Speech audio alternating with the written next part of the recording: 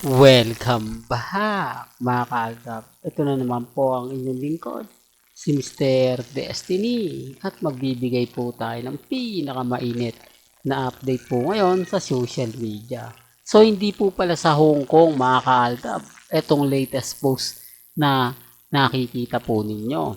Marami kasi nagsasabi sa Hong Kong mga kaagap, hindi naman pala Hong Kong etong post na to kasi kapansin-pansin nyo naman po sa video na in-upload ngayon o ngayon lang mga kaaldab, pansin nyo na hindi po Chinese yung o wala pong Chinese na kumakain, di po ba? Samantalang Hong Kong yan di po ba? Real talk mga kaaldab, ano to, puro pansin nyo mga kaaldab na delay post lang po talaga sila, di po ba? May mga bagay-bagay po na ginagawa lang po nila yan para lang mapagtakpan kung sino nga po ba talaga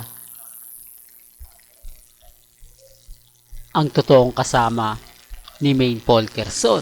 Sa dami ngayon ng mga ebidensya at resibo na hawak ng Altab, sa dami po ngayon ng mga update na nakukuha po natin, talagang tayo po talaga yung panalo dito.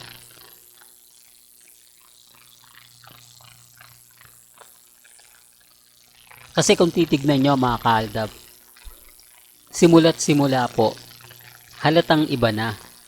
Halatang gumagawa lang po sila. Hindi ko alam mga kaaldab bakit mas marami nakukuha yung simpatya. Ba't mas marami ang nagsasabing totoo. Etong mga kumakalat, mga pinag-uusapan, gayong halatang halata naman po, no? Na hindi naman po talaga totoo. Bakit nga po ba kailangan nilang gawin yan? Bakit nga po ba kailangang magbigay ng mga ganyang kaganapan? Kung tutuusin nyo mga kaaldab, hindi po mahirap tinaming gayat kay Congressman ang mag-post gaya po ng sinasabi at tinatalakay po nila pagdating po sa channel natin. Na sinasabi nga po nila na cut din na lang daw po ang i-post natin. Dinidiktahan na po tayo ngayon dahil kung mapapansin nyo, iilan na lang nga daw po yung Aldab na nagbibigay ng update, iilan na lang daw po yung nagbibigay ng mga kaganapan dahil nga po tinatalo na ng mga post kahit daw po sa ibang bansa marami ng mga post ng cut din. At syempre mga kaaldab ng mga army, syempre sasabay po. Ito yung pinapaliwanag ko mga kaaldab, na kapag nag-post ang cut din, sumasabay itong yung army. Pansin nyo po ba? Para lalong mas tumindi nga po raw at mawala ang tandem ng Aldab Nation. Sa totoo lang po mga kaaldab, yung mga army, pinupush din po talaga nila yung relasyon ni Catherine at ni Alden. Isa rin po yan sa sumisimpatya. Nakuha ko ito mga kaaldab dahil din po sa isang post na kilala po natin. Di po ba? Na sabi ko nga po sa inyo, pag po updated kayo, makikilala nyo yung totoong army, makikilala nyo yung totoong cut din.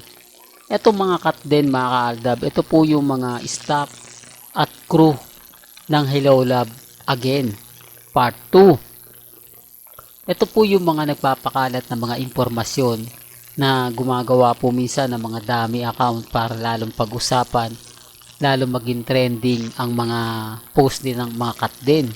Sabi ko nga po sa inyo, sila po kasi talaga yung may hawak na mga video, mga picture na kinunan po nila sa Canada.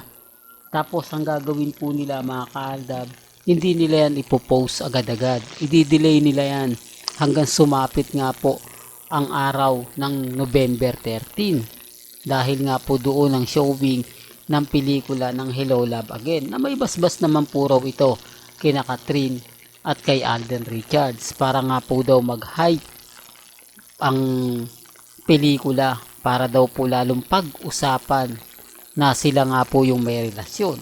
Sila nga po daw talaga yung po pwede. Sabi ko nga po sa inyo, yan po yung karamihan na kumbaga pagkatapos lang po ng pelikula mawawala na. Di po ba? Kasi dami account lang po Mga dami lang po yung gumagalaw, mga dami lang po yung kumbaga nagbibigay ng update. Ang ibig kong sabihin mga kaldabs, gaya po ng isang admin ng Kathleen.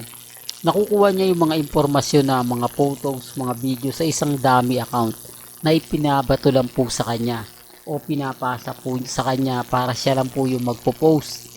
Para yung mga Kathleen talaga naman pong sumisimpatya. Gaya nga po ng iba na pinagmamalaki, halos 10 araw lang daw po umabot na sa 200,000 yung followers niya. Grabe no, puro Kathleen daw. Ganyan naman po talaga diba? Madali lang naman magparami ng followers. Madali lang naman kumuha at simpatya ng followers, lalo na nga po ngayon. Di po ba na talagang pinag-uusapan at pinagpepiestahan yung Kathleen. Kaya rin naman po natin magpalit. Kaya din naman po natin gawin yung mga bagay na gano'n. Pero bakit kailangan ko pang gawin yan?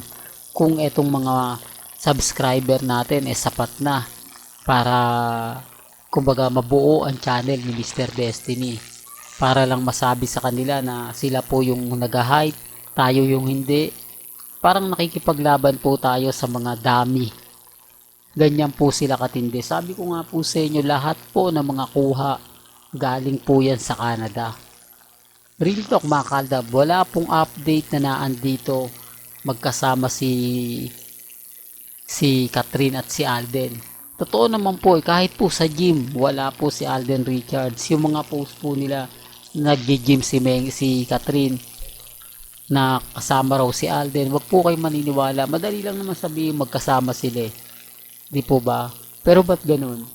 Pag sinabi po nila magkasama, hindi na naghahanap ng resibo. Wala nang ebidensya. Wala nang ganap. Pero kapag tayo, hahanapan tayo ng resibo. Kapag wala tayong maipakita, wala tayong maibigay sa mga yan, nagre-react po sila. Sinasabi nila, hindi, fake news yan. Wala ka namang resibo. Wala ka namang ebidensya. Di po ba? Gaya po nito na sinasabing nasa Hong Kong, pero wala naman pong post si Congressman Arjo at si Mengay na mismong nasa Hong Kong po sila. Itong post lang po at yung video na nakikita ninyo, yan lang po ba ang magsasabing nasa Hong Kong sila, samantalang wala kang makitang Chinese? Di po ba? Kaya nga sabi ko sa inyo, may mga bagay-bagay po na mahirap nga po talagang ipaliwanag. Mga bagay-bagay po na talagang mapapaisip ka, di po ba, kung sino nga po ba talaga ang totoong kasama, di po ba, ni Alden Richards at ni Maine Polkerson. Well, real talk yan mga kaaldab. Well, hanggang dito na lang po ang ating latest updates. Kaya kung gusto nyo pa po ng pinaka-latest at sariwang update, abay tumutok lang po kayo dito po sa channel ni Mr. Destiny para updated po kayo sa mga latest at sa mga bagong video po na ilalabas po natin maya-maya lang. Hanggang sa muli, salamat po sa panonood at pakikinig.